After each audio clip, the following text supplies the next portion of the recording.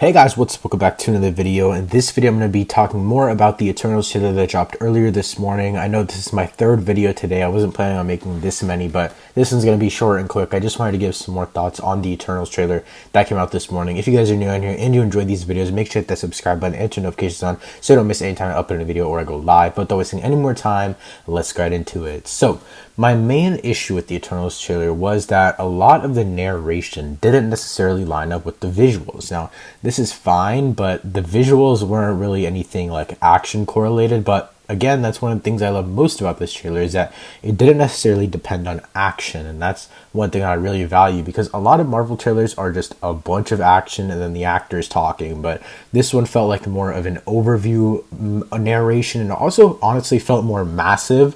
I know a lot of the stuff was shot on scene. It wasn't necessarily just shot on green screen. That's one thing that the director Chloe Zhao wanted. And she wanted it to be shot like on set. She didn't want it to be a bunch of actors on a green screen, and so you could tell the scale was massive in this trailer, and so that's one thing I really liked. But going back to the visuals not correlating with the audio thing, it was cool, but like I think the audio is what I really loved about this movie, and I'll talk more about visuals later in this video. But the audio, the narration really told a good story from what I could tell. Like they told a good story as to like what was happening. I mean, obviously we still have a bunch of questions that we got taught that they kind of mentioned at the end of the trailer after the title credits scene, but I really liked how the narration was done in this trailer because it felt like they were trying to explain it without giving too much away, and they did a good job with that. Now, quickly, I do want to talk about that scene where they talk about Iron Man and Mr. Rogers. So basically when they say like, oh, who's gonna lead the Avengers now? So I think that scene itself really elevated the trailer for me because yes, it seemed kind of a little bit forced, but at the same time,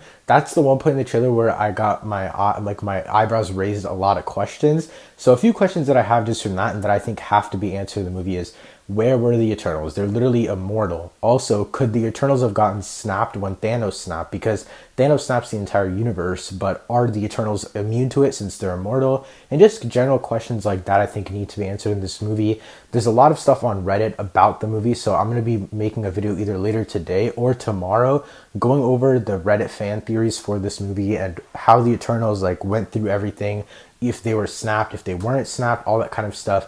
So I've just been scouring Reddit for these theories so I can make a video for you guys about it. But going back to just talking about the trailer in general, I really did love the trailer. I'm not saying that my trailer reaction video wasn't genuine. I honestly loved the trailer so much, but I know people that don't, and I understand why, because it's obviously very visually pleasing. It's one of the most visually like grand things that Marvel has ever done, and it literally wasn't CGI heavy, and that's one thing I really appreciate. And camera work is something that Marvel really needs to step their game up in, and I think Chloe Zhao will do a great job in this movie. But a lot of people were talking about the correlation between narration and the visuals, and I agree with them, but I think you have to kind of look past that for a little bit because they did show it. They showed each of the individual characters. I think they went through them a little bit too fast, but they showed Kumali Nanjiani's character. They showed the Speed Girl.